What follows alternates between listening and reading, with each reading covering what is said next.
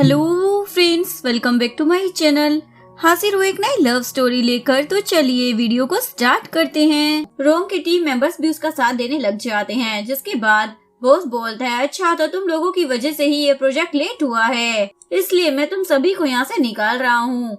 रोम बोलती है, इन सब की कोई गलती नहीं है, गलती मेरी है, इसलिए मुझे निकालो। जिसके बाद वो रिजाइन दे देती है और काफी ज्यादा सैड होकर श्यांग को बताती है, मुझे अपनी फाइनेंशियल कंडीशन अच्छी करनी थी अपने बेटे की कस्टडी लेने के लिए, लेकिन मैंने तो अपनी जॉब भी खो दी है। श्यांग बोलता है, तुम अपनी सारी प्रॉब्लम्स मेरे ऊपर छोड़ दो, मैं जरूर तुम्हारे लिए कुछ करूँगा। नेक्स्ट मॉर्निंग अलार्म बजने पर वो जल्दी से उठ जाती है। उसे लग रहा था आज उसे ऑफिस जाना है, लेकिन तभी उसे याद आता है कि उसे तो ऑफिस से निकाल दिया गया है। जिसके बाद ये नौकरी की तलाश में जाती है, जहाँ पर उसका कुछ भी नहीं होता। उसके बाद ली उसे मिलने के लिए बुलाता है और उसे बोलता है, तुम मेलिन कंपनी को जानती हो ना, वो तुम्हारी उस बेस्ट फ्रेंड की कंपनी है। उसका मुझे पर्सनली फोन आया था कि मैं उसकी कंपनी में इन्वेस्ट करूँ, जबकि उसकी कंपनी बिल्कुल बैंकरप्ट होने वाली है। और तुम ये बताओ कि तुमने मेरा नंबर उसे क्यों दिया। एक तरफ तो तुम बोलती हो कि तुम्हें मेरे पैसे नहीं चाहिए, और दूसरी तरफ तुम मेरा नंबर अपनी दोस्तों को बांट रही हो, ये सोच कर कि मैं तुम्हारे चक्कर में तुम्हारी बेस्ट फ्रेंड की कंपनी में इन्वेस्ट कर दूंगा। रोम को तो कुछ भी समझ आ ही नहीं रहा होता, क्योंकि उसने तो नंबर दिया ही नहीं था। ली बोलता है, तो मेरा नंबर उसके पास कैसे चला गया। जैसे ही वो उठकर वहाँ से जाने लगती है तो ली उसे बोलता है, ये प्रपोजल तो लेती जाओ, अगली बार थोड़े ढंग के फ्रेंड बनाना।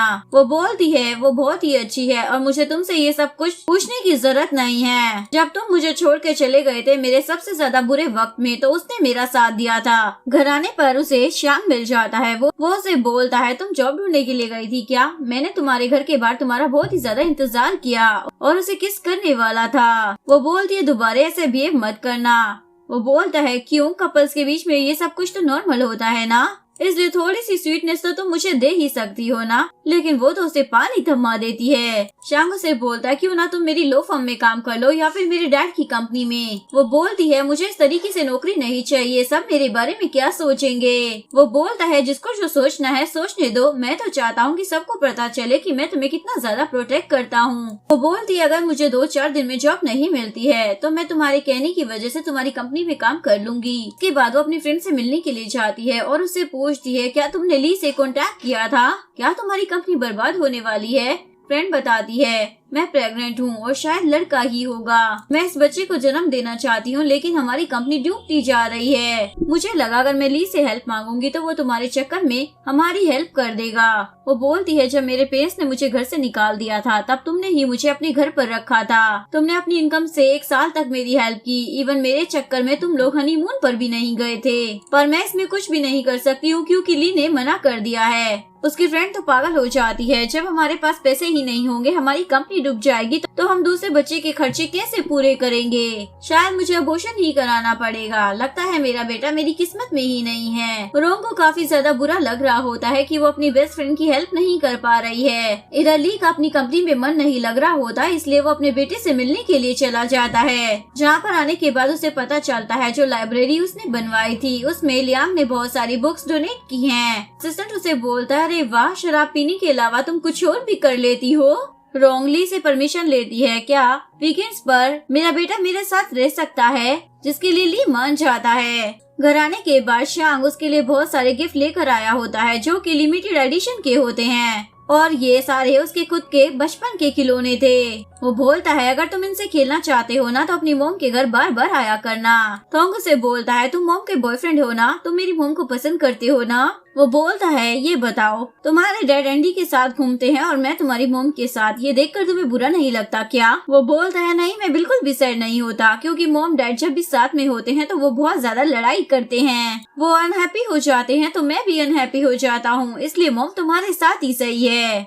चांग बोलता है, अरे वाह, तुम तो बड़े समझदार बच्चे निकले। और इसी बात पर वो खाना भी बनाता है। उसके बाद वो रोम को बोलता है, तुम्हारी फ्रेंड मिली, उसकी कंपनी के बारे में मैंने पता लगाया। उनकी इलेक्ट्रिक अप्लायंस की कंपनी है ना।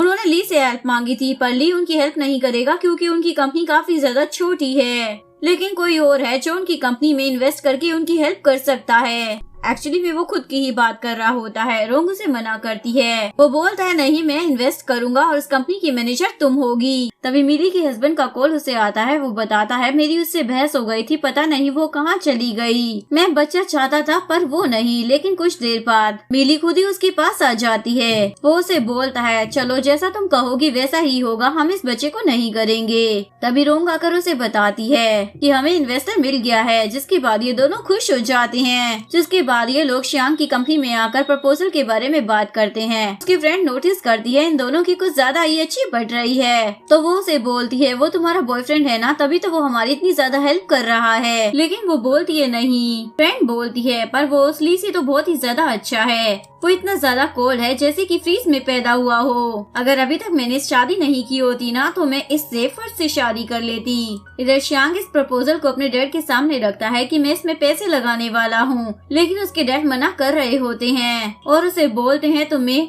सांगा प्रोजेक्ट पर ध्यान देना चाहिए। वहाँ का प्रोजेक्ट हर बार हमारी फैमिली को ही मिलता है और अब की बार अगर वो हमारी फैमिली को नहीं मिला तो ये हमारी फैमिली के लिए काफी ज्यादा इंसल्ट की बात होगी। जहाँ पर इस तरफ ये इस प्रोजेक्ट को खरीदना चाहता था, दूसरी तरफ ली भी इसी प्रोजेक्ट को पाना चाहता था। इवन वो अपने एक फ्रेंड से बात करने लग जाता है तो मेरे नाम पर इसके शेयर्स खरीद लेना, लेकिन बाद में मुझे ही दे देना। असिस्टेंट ली को बोलता है मुझे समझ नहीं आ रहा बॉस, क्या आप अपने भाई से इस प्रोजेक्ट को छीनना चाहते हैं या फिर इसलिए इस प्रोजेक्ट को पाना चाहते हैं? कम से कम ये प्रोजेक्ट उनकी फैमिली में आ जाए ताकि आपकी फैमिली की इंसल्ट ना हो। ली बोलता है ज्यादा दिमाग मत लगाया करो। इसके बाद ली रोंग को कॉल करता है, लेकिन फोन तो श्यांग उठा लेता है। ली बोलता है उसे फोन दो ना जिसका फोन है। वो बोलता है वो तो मेरे लिए खाना बना रही है, इसलिए तुम हमें डिस्टर्ब मत करो। तभी रोंग आकर पूछती है क्या ली का फोन था? वो बोलता है मैंने जानबूझकर फोन थोड़ी उठाया था, लेकिन फिर बोलता है हाँ मैंने जानबूझकर ही फोन उठाया था क्योंकि मैं चाहता था उसे पता लगे कि मैं यहाँ पर हूँ। रोंग बोलती है ऐसा क्यों? वो बोलता है क्योंकि मैं तुम्हें अपने साथ रखना चाहता हूँ। तभी उसे फिर से ली का फोन आ जाता है। वो बोलता है मैं अपने बेटे को लेने के लिए आ रहा हूँ। वो बोलती है तुमने मुझे कहा था कि मैं वीकेंड पर इसे अपने साथ रख सकती हूँ, लेकिन वो बोलता है तुम मेरे बेटे के सामने क्या दिखाना चाहती हो? एक तो तुमने वहाँ पे श्याम को बुला रखा है, तो उसे तुम अपना रोमांस दिखाओगी क्या? वो बोलती है हाँ बुला रखा है तो क्या हो गया? वो बोलता है मैं तुमसे बहस नहीं करना चाहता हूँ। वो बोलती है हाँ मैं भी नहीं करना चाहती, मैं थोंग को लेकर आ रही हूँ। थोंग को छोड़ते वक्त श्याम उसे किस करता है जो कि ली देख लेता है। जिसके बाद ली सबसे पहले अपने बेटे को कार में बैठने के लिए बोलता है और उसके बाद रोंग को डांटने लग जाता है। कम से कम अपने बेटे के सामने एक माँ की तरह बिहेव तो कर लिया करो, खुद पर कंट्रोल रखा करो। और श्याम को बोलता है तुम इसमें इसलिए इंटरेस्टेड हो ना क्योंकि ये मेरे साथ इन्वॉल्व है, हम दोनों की लड़ाई में से मत घसीटो, इससे दूर रहो। बोलता है तुम होते कौन हो मुझे ये बोलने वाले, बल्कि मुझे बोलना चाहिए क्योंकि वो मेरी गर्लफ्रेंड है, तुम्हें उससे दूर रहना चाहिए। जिसके बाद ली गुस्से में वहाँ से चला जाता है। थोंग बोलता है डैड आप दोनों हमेशा लड़ाई क्यों करते रहते हो, और मम्मी अपना मैजिक स्कूल कब कंप्लीट करेंगी, हम तीनों कब एक साथ रहेंगे? वो पूछता है क्या तुम हम दोनों को एक साथ करना चाहते हो? ली बोलते ठीक है तो हमारी हेल्प करना तुम्हारी मोम को कन्विंस करने में। थोंग बोलता है तो अंकल श्यांग का क्या होगा? वो बोलता है तुम्हारा डैड मैं हूँ या फिर वो, तुम उसकी साइड लोगे या मेरी? वो बोलता है ऑफकोर्स आपकी डैड। नेक्स्ट डे रोंग देखती है ये दोनों स्टाइल से घर के बाहर खड़े हुए होते हैं। इवन ली तो उसके लिए फूल भी लेकर आया होता है। रोंग अपने बेटे को कार में बिठाती है और ली को साइड में ले जाती है और बोलती है कल तो तुम मुझ पर इतना ज्यादा गुस्सा कर रहे थे, आज मेरे लिए फूल लेकर आए हो, तुम चाहते क्या हो? बोलता है मुझे नहीं मालूम मैं तुम्हारे लिए कैसा फील करता हूँ, ये सब जानने के लिए क्या कुछ टाइम तक तुम मेरे साथ रह सकती हो और दूसरे लड़कों से दूर रह सकती हो क्या? मुझे बस जानना है। वो बोलती है अच्छा तुम्हारी गलतफहमी को दूर करने के लिए अब मैं तुम्हारे साथ रहूं, मैं ऐसा बिल्कुल भी नहीं करने वाली। ये बोलकर वो वहाँ से जाने वाली होती है, लेकिन ली उसे रोक कर पूछता है क्या तुम श्याम को पसंद करती हो? लेकिन वो उसे कुछ भी नहीं बोलती। ली उसे बोलता है जाओ मत वरना थोंग हमें ऐसे ही देख लेगा। रोंग की हार्ट बीट तो एकदम से तेज हो जाती है। ली बोलता है जैसे तुम नर्वस हो रही हो, ऐसा लग रहा है कि शायद तुम मुझसे प्यार करती हो।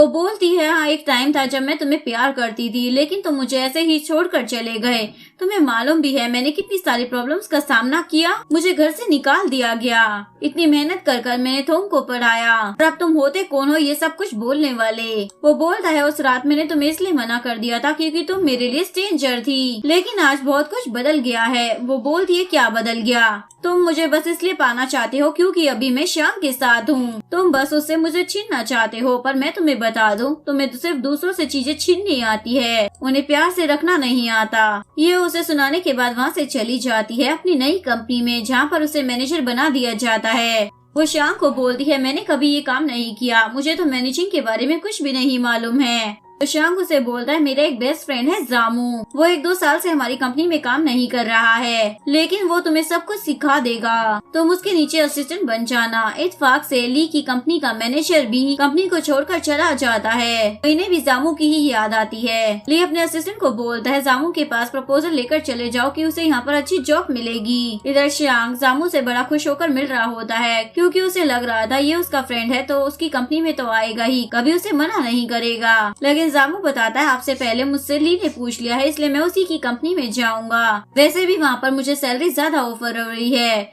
ये सुनकर श्याम को तो बहुत ही ज्यादा गुस्सा आ जाता है। उसे लग रहा होता है ली ने जानबूझकर उसके इस मैनेजर को छीन लिया, इसलिए वो सीधा जाकर उस पर गुस्सा करने लग जाता है। वो उसे सुनाने लग जाता है तुम्हारी वजह से मेरी मॉम की डेथ हो गई और अब तुम मेरे पूरे परिवार को ही बर्बाद करना चाहते हो।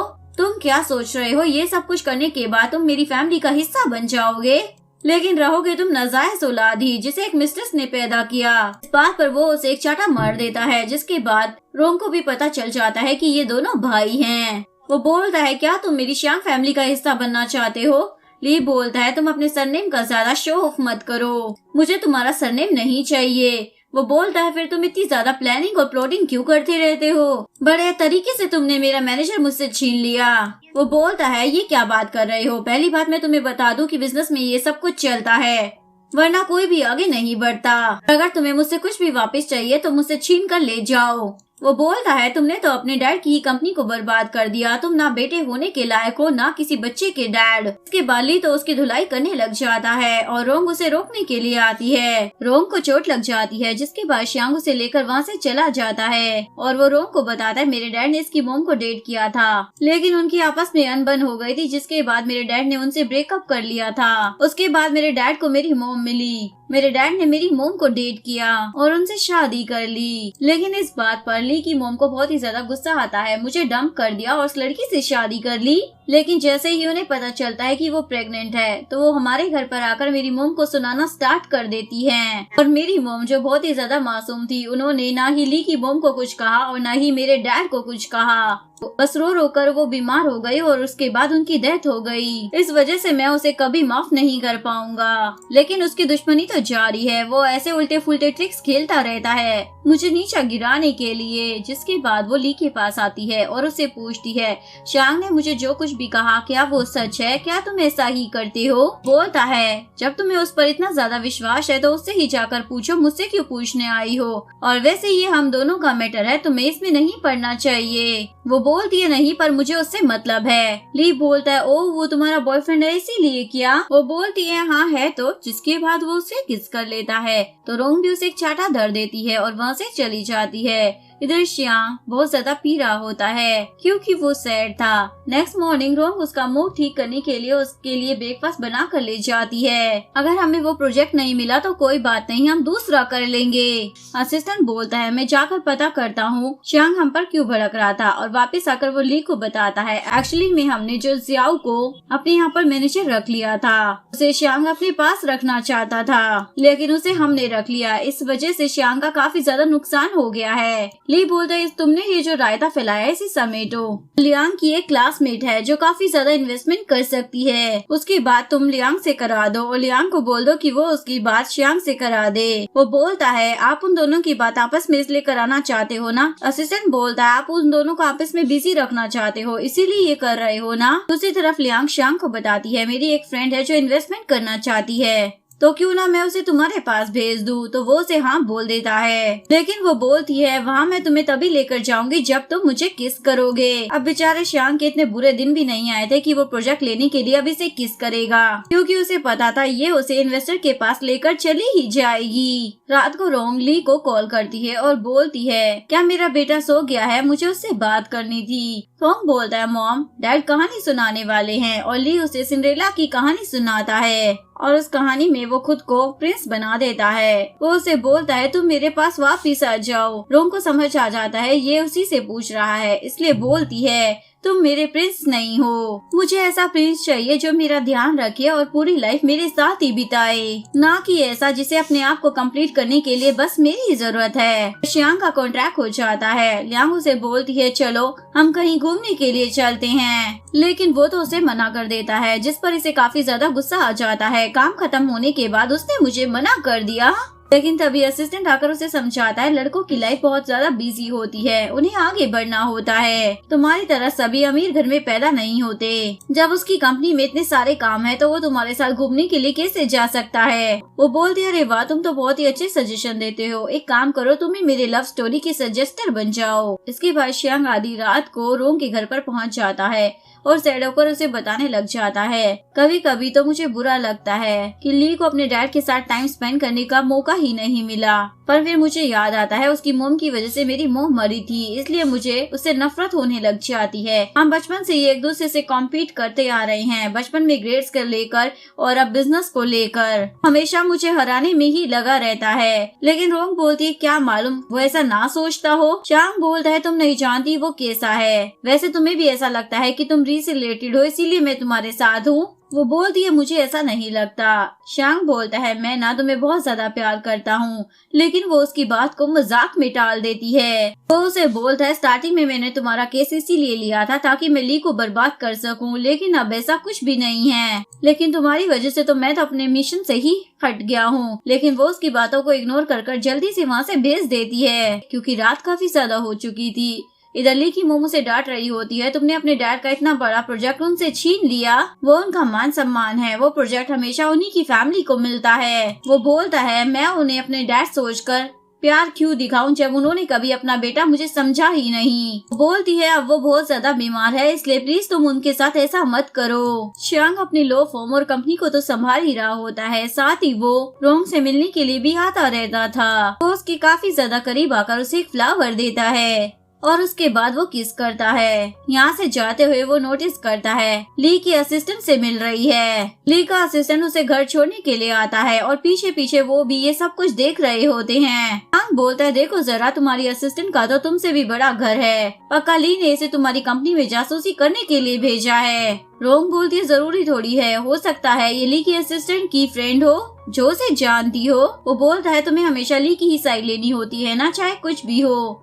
रोंग बोलती ऐसा कुछ नहीं है, लेकिन ली तो गुस्सा होकर चला जाता है। वो उसे काफी ज्यादा फोन मिलाती है। फोन देखने के चक्कर में इसका एक्सीडेंट हो जाता है और जिससे इसकी कार ठुकी होती है वो लियांग ही होती है। लियांग बोलती है अब तुम्हें कंपनसेशन के तौर पर मेरे साथ घूमने के लिए चलना होगा, जिसके बाद वो पीकर काफी ज्यादा ड्रंक हो जाता है। इसी बात का फायदा उठाकर लियांग उसे किस करने वाली होती है, लेकिन वो उठकर उसे मना कर देता है और बोलता है तुम मुझे पसंद करती हो पर मैं तुम्हें पसंद नहीं करता, और जिसे मैं पसंद करता हूँ वो मुझे पसंद नहीं करती, जिस पर वो बहुत ही ज्यादा रोती है और असिस्टेंट को बोलती है देखो जरा क्या मैं लड़की नहीं हूँ तो फिर वो मुझे ऐसे ट्रीट क्यों नहीं करता, वैसे तुमने क्या कभी किसी को प्यार किया है। वो बोलता है मुझे तो ये सब करने का टाइम ही नहीं मिला, पिछले 10 साल से मैं तो ली का असिस्टेंट ही हूँ। लियांग बोलती है अच्छा मुझे पता चल गया है कि तुम ली को ही पसंद करते हो, तभी तो तुम्हारा उसका साथ छोड़ने का मन नहीं करता। वो उसे काफी ज्यादा समझाता है पर ये उसकी बात ही नहीं सुनती। ली थोंग को घर छोड़ने के लिए आता है और उसे बोलता है अच्छा तो तुम्हारी फ्रेंड की कंपनी अब श्यांग संभाल रहा है, अब तक तो वो अपनी गर्लफ्रेंड्स को डायमंड रिंग दिया करता था पर तुम्हारे नाम पर तो उसने कंपनी ही बना दी, तुम्हें मालूम है ना वो एक नंबर का प्ले बॉय है। वो बोलती है तुम्हें इन सब से मतलब नहीं होना चाहिए। तभी थोंग बोलता है डैड का बर्थडे आने वाला है तो मैं और मॉम एक साथ केक बनाएंगे। या उन लोगों के प्रोजेक्ट के लिए एक अच्छा सा आइडिया देती है, लेकिन श्यांग को तो उस पर डाउट हो रहा होता है, इसलिए वो उसके प्रपोजल को मानने से मना कर देता है। रोंग बोलती है तुम्हें फालतू में ही शक हो रहा है, मुझे ये प्रोजेक्ट काफी ज्यादा अच्छा लग रहा है। चांग बोलता है तुम हमारी कंपनी की साइड हो या फिर उसकी कंपनी की साइड। वो बोलता है ये सब क्या है, तुम दोनों भाई हो, तुम दोनों के बीच में इतनी ज्यादा मिसअंडरस्टैंडिंग क्यों है। वो बोलता है कैसा भाई, वो मुझे अपना भाई नहीं मानता, उसने मुझसे मेरा प्रोजेक्ट छीन लिया, वो तुम्हें भी मुझसे छीनना चाहता है, अब तो उसने मेरी कंपनी में जासूस भी छोड़ दिए हैं। तभी यान यान उसके पास दोबारा से आ जाती है और बोलती है अगर तुम्हें वो प्रोजेक्ट समझ नहीं आया तो मेरे पास एक और प्रोजेक्ट है, मैं एक और आइडिया दे सकती हूँ। उनको वो आइडिया काफी ज्यादा अच्छा लगता है। उसके बाद वो अपनी फ्रेंड के हस्बैंड के पास जाती है जिसका कंपनी में हिस्सा होता है। तुम इस प्रोजेक्ट को अपनी तरफ से चांग को दिखाना, जब उसे पता चलेगा ये यान यान का प्रोजेक्ट नहीं है तो शायद वो इस प्रोजेक्ट को करने के लिए मान जाए। ली के लिए केक बना रहे होते हैं, तभी उसे कॉल आता है कि उन्होंने यान यान का आइडिया अप्लाई किया था लेकिन सब कुछ उल्टा पड़ गया, सभी लोग अपने पैसे वापस मांग रहे हैं, वो भी फालतू में, जबकि हमारी कोई गलती ही नहीं है। वो भी उसी जगह पर पहुंच जाती है। ये बंदा तो उसकी बात सुनने का नाम ही नहीं ले रहा था। इधर शाम को बहुत ज्यादा गुस्सा आ रहा होता है। तभी रोम के पास उसके बेटे का कॉल आ जाता है, मोम आप घर पर नहीं आ रही क्या केक बनाने के लिए। शांग बोलता है रोंग तुम घर पर चली जाओ, तुम्हारा बेटा घर पर अकेला होगा। उसके बाद ये दोनों केक तैयार कर ली के पास आ जाते हैं और सेलिब्रेट करने लग जाते हैं। थोंग बोलता है डैड ये केक हम दोनों ने मिलकर बनाया है, लेकिन केक के अंदर रोंग चीनी डालना तो भूल ही गई थी, इसलिए वो उसे बोलती है इस केक को मत खाओ। लेकिन ली बोलता है मुझे ये अच्छा लगा क्योंकि पहली बार किसी ने मेरे बर्थडे पर मेरे लिए केक बनाया है। वापस आने के बाद रोंग तो काफी ज्यादा नर्वस हो रही होती है, पर ली उसे कार से बाहर नहीं जाने देता। वो उसे किस करने ही वाला होता है, लेकिन उससे पहले रोंग के पास यान यान का कॉल आ जाता है। वो बोलती है श्याम की उन लोगों से लड़ाई हो गई है, उनका भी सर फूट गया है और श्याम का भी। इसके बाद हम हॉस्पिटल में जा रहे हैं। सुनते ही वो हॉस्पिटल में चली जाती है। यान यान यहाँ से गायब हो गई थी। श्याम बोलता है अब तो वो जाएगी ही ना, उसका काम जो हो गया। मिस्टर मिली बोलता है ऐसा क्यों। वो बोलता है क्योंकि मिस्टर ली ने उसे हमारी कंपनी में जासूसी करने के लिए ही तो भेजा था। मिस्टर मिली बोलता है अच्छा, तभी वो इस प्रोजेक्ट में इतनी ज्यादा इंटरेस्टेड थी। तुम्हें मालूम है वो वाला नया आइडिया उसने ही तुम्हें दिया था, हमने तुम्हें बताया नहीं था क्योंकि रोंग ने मुझे मना किया था। उसके जाने के बाद श्याम पूछता है ली का बर्थडे किस्सा रहा। जब तुम मेरे पास से चली गई थी तो मैंने थोंग को कॉल किया था, उसने मुझे बताया कि तुम दोनों केक बनाकर उसके पास जाने वाले हो। रोंग बोलती है ये सब कुछ बस मैं अपने बेटे की खुशी के लिए कर रही थी। वो बोलता है तुम बहाने बनाने बंद करो। वो बोलती है वो इतना ज्यादा बुरा भी नहीं है। शांग बोलता है अच्छा तो वो बहुत ही ज्यादा अच्छा है ना। अभी मैं बहुत ज्यादा थक गया हूँ, तुम यहाँ से चली जाओ, मैं अपना ख्याल खुद रख लूंगा। इधर एंडी भी ली के बर्थडे का गिफ्ट लेकर आई हुई होती है और उसे बोलती है प्लीज मेरे पास वापस आ जाओ ना, लेकिन ली मना कर देता है तो एंडी उस गिफ्ट को फेंक कर मारती है। मैं इसके लिए इतना महंगा गिफ्ट लेकर आई और ये मेरे साथ ऐसे कर रहा है। लेकिन फिर सोचती है मुझे इसके साथ इस तरीके से बात नहीं करनी चाहिए। वो उसे बोलती है मेरी फिल्म का प्रीमियर आने वाला है, तुम वहाँ पर मेरे बॉयफ्रेंड बनकर चलो ना, जिसका असर मेरी मूवी पर पड़ेगा। ली बोलता उस दिन मैं तुम्हारे साथ तुम्हें छोड़ने तो गया था और तुम्हें किस भी की थी, अब मैं तुम्हारे लिए और क्या क्या करूँ, और एक न एक दिन सबको सच पता लगना ही है, इसलिए मैं तुम्हारे साथ नहीं जाऊँगा। और वैसे भी मैंने तुम्हारे साथ कोई झूठे वादे थोड़ी किए थे। वो बोलती है तुम इतने ज्यादा बदल कैसे गए उस रोम की वजह से ना, लेकिन वो उसे कोई जवाब नहीं देता। नेक्स्ट डे वो रोम को लेकर मैरिज ब्यूरो में पहुंच जाता है और बोलता है चलो शादी कर लेते हैं, क्योंकि थोंग हम दोनों को एक साथ देखना चाहता है। वो पूछती है क्या तुम मुझसे प्यार करते हो। वो बोलता है बात प्यार की नहीं है, थोंग के फ्यूचर की है। तभी वो बाहर एक कपल को देखती है जो साथ में बहुत ज्यादा खुश होते हैं। ये देखकर वो उसे बोलती है मैं तुमसे शादी नहीं करूंगी। वो बोलता है तुम बच्चों जैसा बर्ताव क्यों कर रही हो। वो बोलती है इसमें गलत क्या है, मैं चाहती हूँ कि मेरा हस्बैंड मुझसे प्यार करने वाला हो, तो मुझे तुम्हारी वाइफ बनने का टैग नहीं चाहिए और न ही मुझे अमीरों वाली लाइफ चाहिए। वो पूछता है तो क्या तुम मुझसे प्यार करती हो। वो बोलती है पहले मैं तुमसे करती थी, मेरे भी सपने थे कि मेरा भी प्रिंस आएगा, मुझसे प्यार करेगा और मेरी उंगली में रिंग पहनाकर मुझसे शादी करेगा, लेकिन तुमने सब कुछ खत्म कर दिया। मुझे पता चल गया है ना ही मैं तुम्हारी प्रिंसेस हूँ ना ही तुम मेरे प्रिंस। तुम्हें तो शायद पूरी जिंदगी तुम्हारा प्यार मिलेगा ही नहीं, लेकिन तुम मेरी लाइफ से दूर हो जाओ। मुझसे शादी कर मेरे ऊपर इतना बड़ा एहसान करने की कोई जरूरत नहीं है। अगर आपको वीडियो अच्छी लगी हो तो प्लीज वीडियो को लाइक करें, चैनल को सब्सक्राइब करें, न्यू अपडेट्स के लिए बेल आइकन का बटन प्रेस करें। मिलते हैं नेक्स्ट वीडियो के साथ, तब तक के लिए सारंगे, बाय बाय।